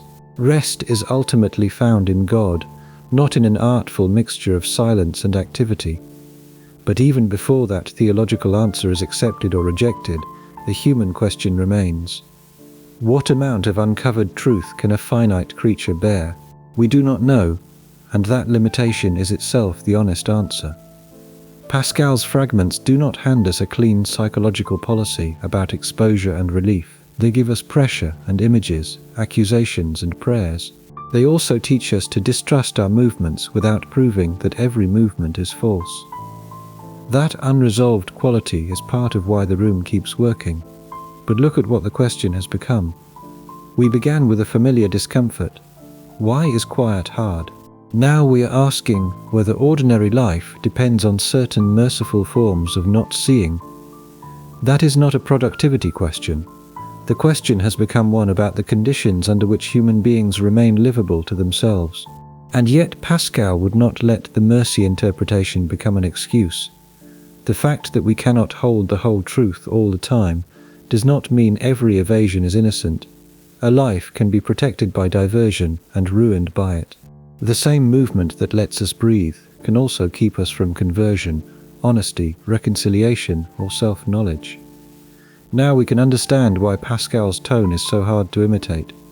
Compassionate without becoming comforting, severe without becoming merely cruel.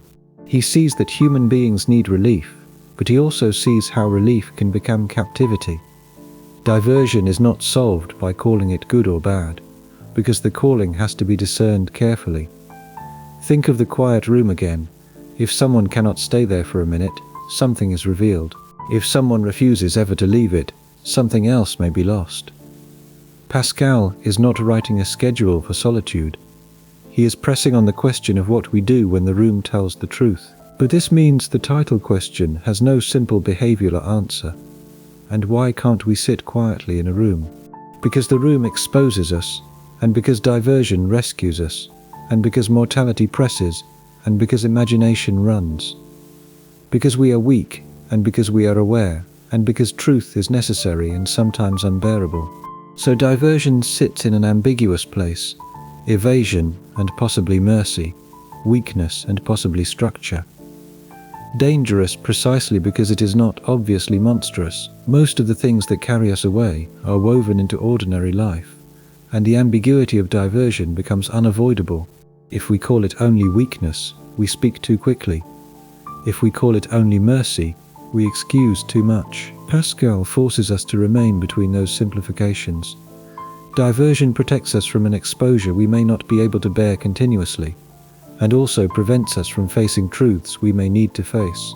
The same covering can be shelter and prison, but that ambiguity is not a flaw in the argument. The ambiguity is part of its accuracy. Human life is made from mixed motives. A person works from love and from fear. A person seeks company because company is good and because solitude is hard. A person rests because the body needs rest and because rest postpones a harder question. Pascal's room does not give us a clean sorting machine. Pascal's room gives us a sharper conscience, and the mercy side should not be dismissed. Imagine a person with no ability to turn away from mortality, guilt, dependence, or loss. Every ordinary action would be flooded by the final question. Breakfast, friendship, repair, and sleep would become nearly impossible. We are not made to stare without blinking at everything that is true. Some form of rhythm and covering may belong to the structure of finite life. Yet Pascal would immediately add that a mercy can become captivity. The fact that we need relief does not mean every relief is good. The fact that full exposure would crush us does not mean endless evasion will save us. A person can use necessary rhythms to avoid every honest hour. The covering that once allowed life to continue can become the machinery by which life never becomes truthful. So discernment matters more than a slogan. We have to ask what a movement does over time. Does work return us to love, responsibility, and truth? Or does it keep us from ever being addressed? Does conversation deepen reality, or does it keep reality at a pleasant distance? Does silence humble us, or does it become a private theatre of superiority? Pascal makes all these questions harder because he refuses to let the outward form decide the inward meaning. Here, the religious answer again changes the scale. Pascal does not finally recommend a perfect balance of diversion and silence. He thinks true rest is found in God. But before that answer arrives, the ambiguity still teaches something. It shows why the quiet room cannot become a simple command. Sit still and you may meet truth. Sit still and you may also meet pride, fantasy or despair. Leave the room and you may flee into another evasion. Leave the room and you may also love. The question remains alive rather than solved for exactly that reason. Why can't we sit quietly in a room? Because the room exposes us. Why do we leave the room? Because leaving sometimes hides us and sometimes lets us live. Pascal's severity and his mercy meet at that point. He gives us no easy innocence, but he also gives no simple contempt. He leaves us with a more exact burden, to notice the direction of our movements. This tension also changes how we judge ourselves. If diversion is only weakness, self-condemnation feels honest. If diversion is only mercy, self-excuse feels humane. Pascal gives us neither comfort. He asks for a harder honesty in which we admit the need for relief and the danger of relief at the same time. That harder honesty is rare because it has no slogan. It cannot be reduced to sit still more, or enjoy life more, or stop distracting yourself. It asks for attention to inward direction. What is this movement doing? What truth does it help me bear? And what truth does it help me avoid? A question like that cannot be answered once for a whole life. It has to remain alive inside the movements themselves. Pascal's account can feel both severe and strangely gentle for exactly that reason. He sees that we need covering, but he also sees that covering can become the whole house. Mercy becomes dangerous when we mistake it for a home.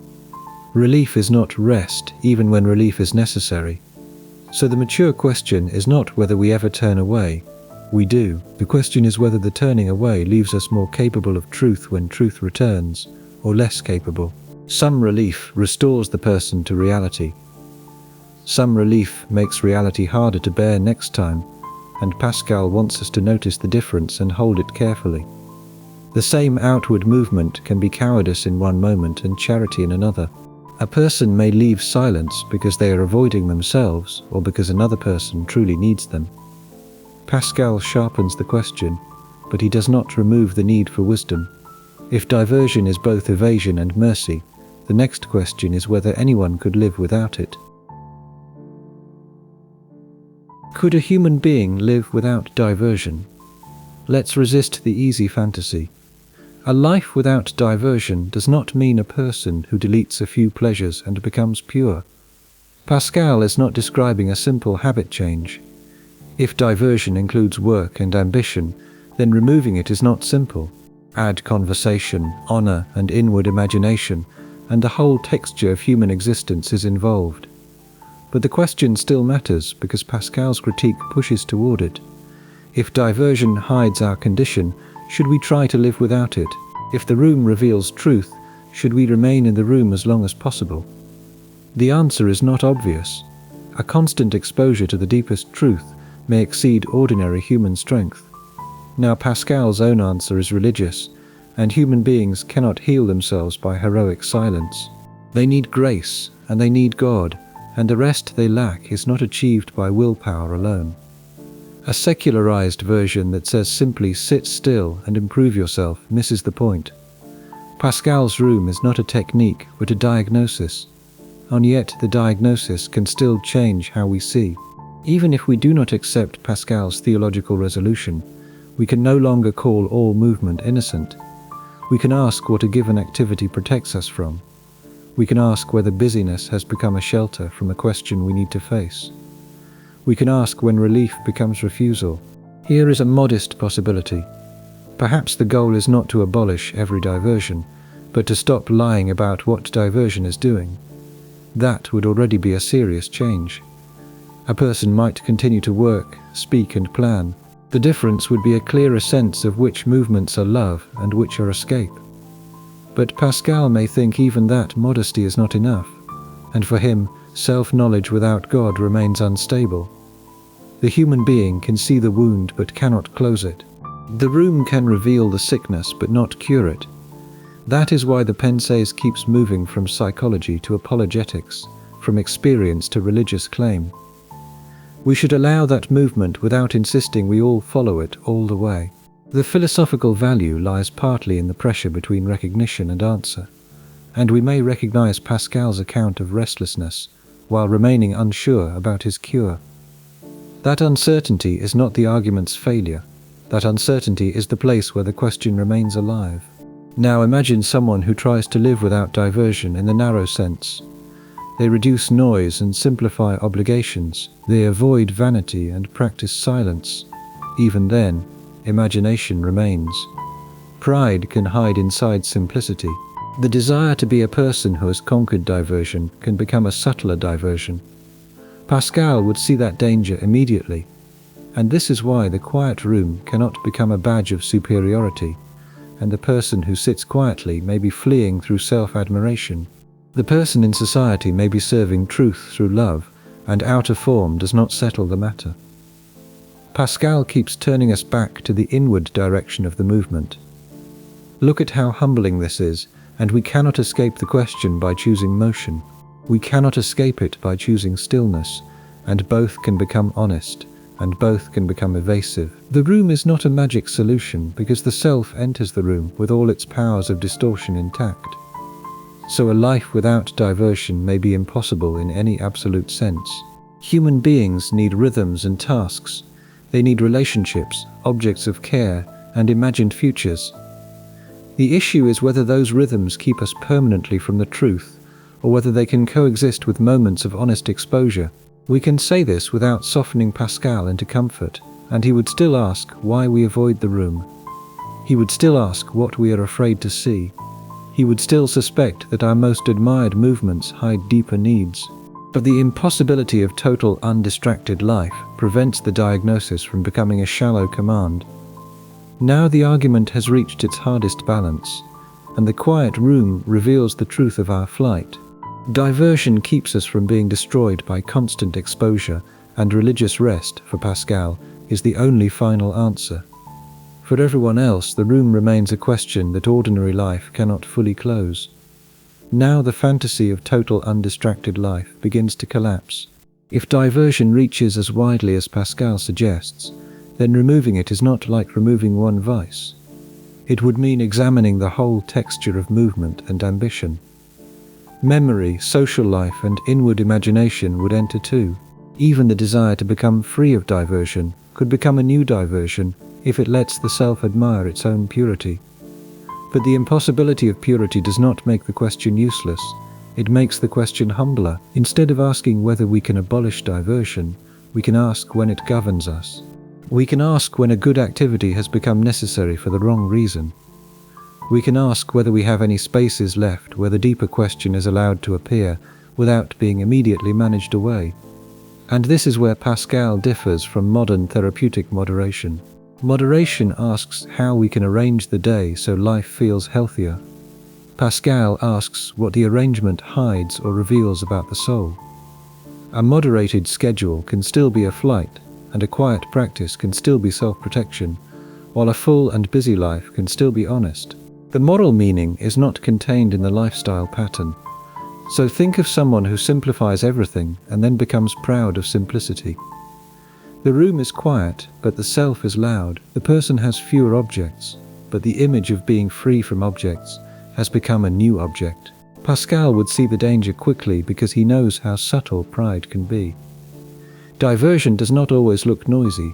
Sometimes it looks beautifully austere, so a life without diversion may be impossible if by diversion we mean every movement away from total exposure. Finite beings need intervals. We need friendship, ordinary labor, recovery, and forms of play. We need a way to inhabit time without being destroyed by the full meaning of time at every second. The question is whether these intervals remain open to truth or become permanent concealment. And here the religious structure gives Pascal's answer its edge. He does not think the human being can manufacture final rest. Grace is not a technique, and God is not the reward for improved stillness. The room can reveal need, but revelation is not cure, and that distinction keeps the argument from becoming a heroic program for self-mastery. The person who treats silence as conquest has already misunderstood the room, and yet a partial honesty remains possible. We may not live without diversion, but we can become less deceived by it. We can notice the reach for elsewhere. We can ask why a particular silence feels unbearable. We can let some questions arrive before we answer the next notification, task, or plan. Pascal might not call this sufficient, but it is not nothing. What matters is the beginning of seeing. The attempt to live without diversion can also become too lonely. Human beings are not made only for self-inspection. We are addressed by other people, by duties, by bodies, by the ordinary needs of the day. Pascal's room is necessary because without it we may never see what movement hides, but if the room becomes the whole world, another distortion begins. So the issue is rhythm rather than escape from rhythm. Moments of exposure need moments of return. The return can be honest if it does not erase what exposure revealed. A person may leave the room and still carry the question differently. That may be one modest form of change Pascal's analysis allows, even if it is not the final rest he seeks. This also gives the question a practical modesty without making it shallow. Maybe we cannot abolish diversion, but we can refuse to let every diversion remain unnamed. Naming does not save us by itself. It does, however, interrupt the automatic quality of flight. The reach becomes visible for a moment, and that moment may be small, but Pascal's whole image depends on small moments. A chamber, a pause, a hand reaching for elsewhere. If the movement can be seen there, then the larger pattern of a life may become visible too. Not solved, but seen. That is why the practical conclusion has to stay modest. A person might begin not by abolishing diversion, but by noticing one recurring escape, the moment after finishing work, the hour before sleep, the instant a silence becomes uncomfortable. Pascal's room is entered at those small thresholds, where a life turns away before it admits what it is doing. If we cannot simply abolish diversion, we have to return one last time to the room and ask what Pascal has made visible there. What does the room look like after Pascal has changed how we see it? Now the room is no longer empty, and it has become the place where several truths meet. Diversion is broader than distraction, and boredom is more than lack of stimulation, and imagination can leave before the body moves. Mortality gives the silence weight, and religion gives Pascal's diagnosis its final seriousness, and the small chamber has expanded without changing size. But the expansion is not atmospheric, and it is argumentative, and each step has altered the meaning of the original question. Why can't we sit quietly in a room? At first the question sounded like a remark about restlessness. Now it sounds like a question about whether human beings can remain with finitude and dependence. Desire, uncertainty, and incompleteness are part of the same pressure. And here the famous paraphrase becomes less like a slogan and more like a doorway. The point is not that all human problems literally come from bad solitude habits. The point is that the inability to remain at rest reveals a pattern that runs through many human problems. We move because we desire, and we move because we fear, and we move because stillness tells the truth too directly. Let's return to the late room. The lamp is low. The work is done, the door is shut, and the scene that once looked simple is now crowded. The person inside it brings ambition and regret. Faith or doubt comes too, so do fear of death, hunger for recognition, and hope for relief. Nothing urgent is happening, and yet everything important is near. So Pascal does not ask us to hate the world outside the room. He asks us to see what the world outside the room can become for us. Court and work are not automatically false. Conversation, play, and honor are not automatically false either. But when they become necessary because silence is unbearable, they reveal the depth of our unrest. Here is the final twist. The room is frightening because it is honest. but it is not necessarily cruel. It gives us a chance to notice the movement before we disappear into it again. That noticing may not cure us, and Pascal would not pretend it does, but it changes the quality of our self-understanding. We can no longer say we did not know we were running. We should not exaggerate what that knowledge can do, and recognition is not redemption, and seeing the mechanism does not free us from it. A person can understand diversion and still be carried away by it 5 minutes later. Pascal knows this. His diagnosis would be weaker if it imagined insight as a complete cure. But recognition still matters.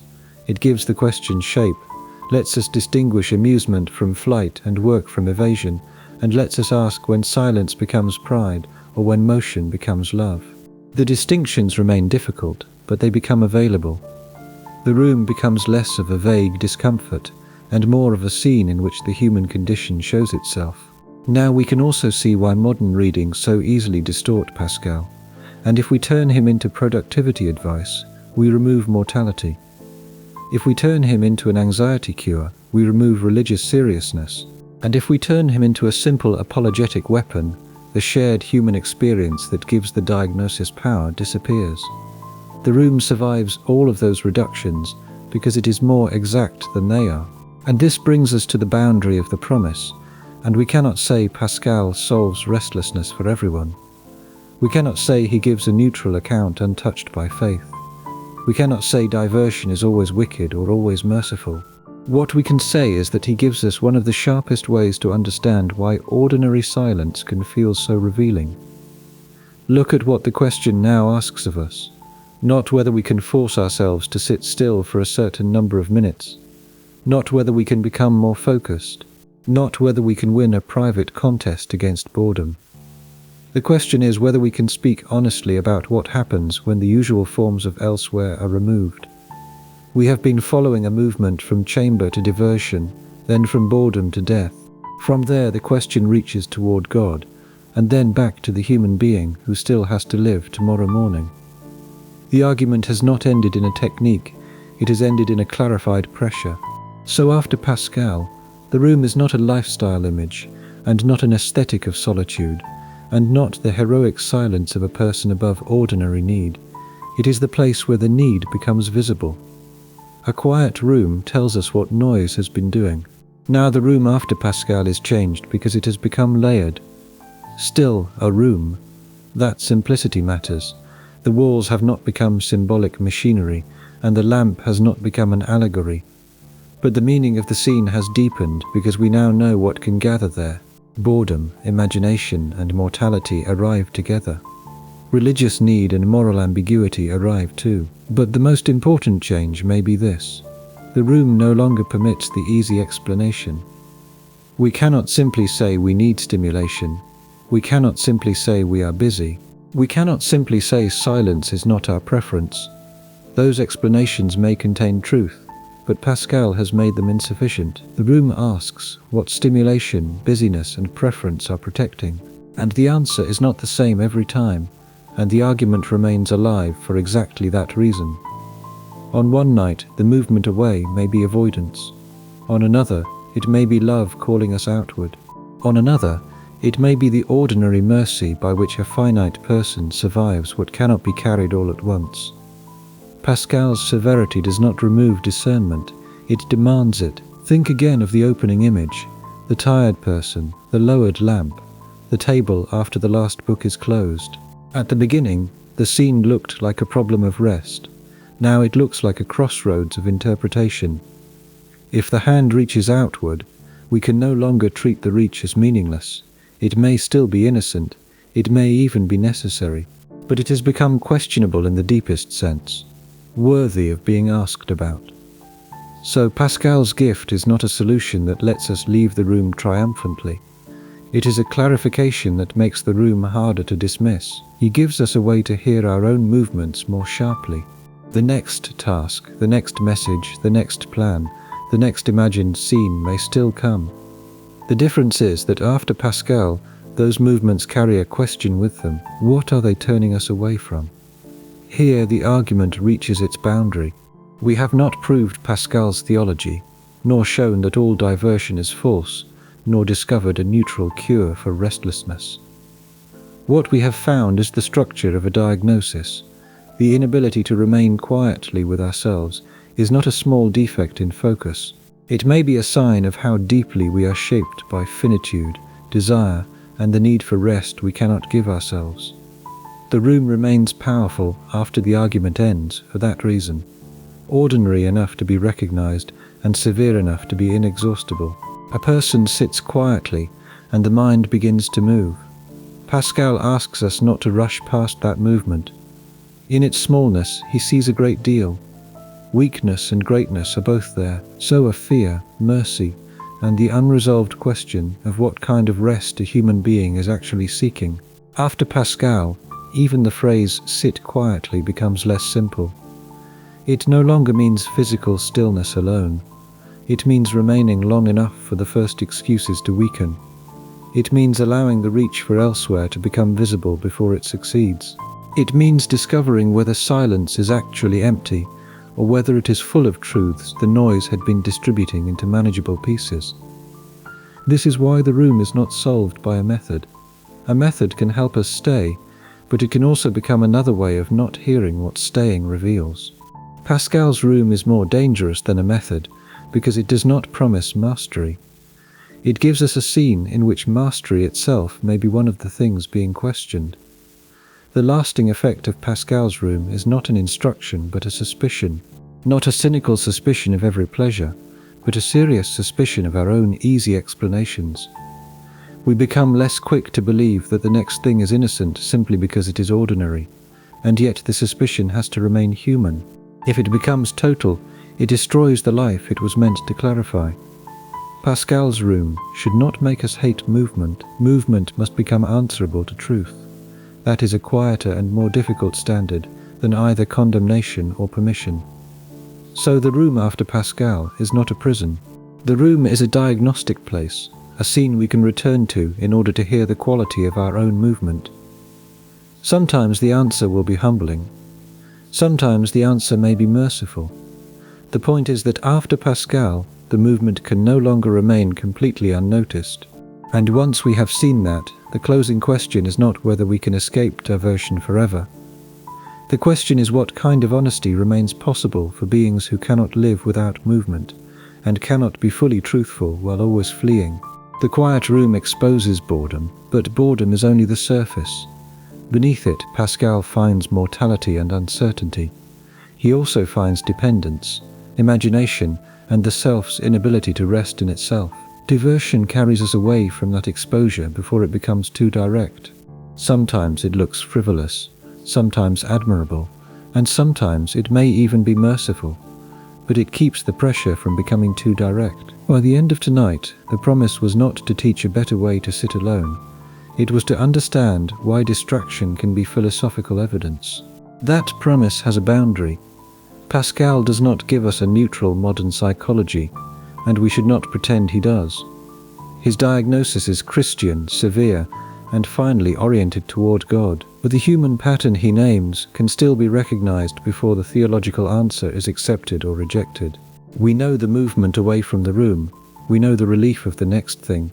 We know the strange discomfort that appears when nothing is wrong, and yet stillness is hard to bear. So the room remains, but not as a command, not as a productivity challenge. It remains as a test of what ordinary life has been hiding from us. When the noise stops, we may discover that silence is not empty. It holds time passing, desire changing shape, and losses not fully grieved, and it asks us to hear those things without immediately turning them into a project. It also holds the knowledge that no diversion can finally remove death from the horizon. And yet Pascal's severity should not make us despise the movements of life. Work and friendship are not merely lies. Conversation, play, and hope are not merely lies either. They are part of how finite beings live without pretending to have already become angels. The harder question is whether they remain connected to truth, or whether they become the machinery by which truth is endlessly delayed. That distinction cannot be made once for all. It has to be noticed again and again. The next question after Pascal may belong to Kierkegaard or Schopenhauer. It may also belong to Camus. What does a human being do when ordinary satisfaction cannot solve inner restlessness? Pascal gives one answer, and it is not a small one. But even where we hesitate before his answer, the room he leaves behind still has power, because it refuses to let restlessness remain merely atmospheric. And this is why Pascal's question stays alive after the argument ends. We do not leave with a rule that can be applied once and stored away. We leave with a sharper ear for our own movements, and the reach for elsewhere may still happen. It probably will, but after Pascal the reach is less invisible. It carries a question with it. What would the room have shown if we had stayed a little longer? That question is not comfortable, but it is honest. It keeps the room from becoming a slogan and returns it to the experience Pascal was trying to make difficult again. A person sits quietly after the work is done. The lamp is low, the door is shut, and nothing urgent is asking for attention. Then the mind reaches outward, and Pascal asks us to notice that reach before we hide it inside a respectable explanation. Not to condemn it too quickly, and not to excuse it too easily. In that small movement he sees the outline of the human condition,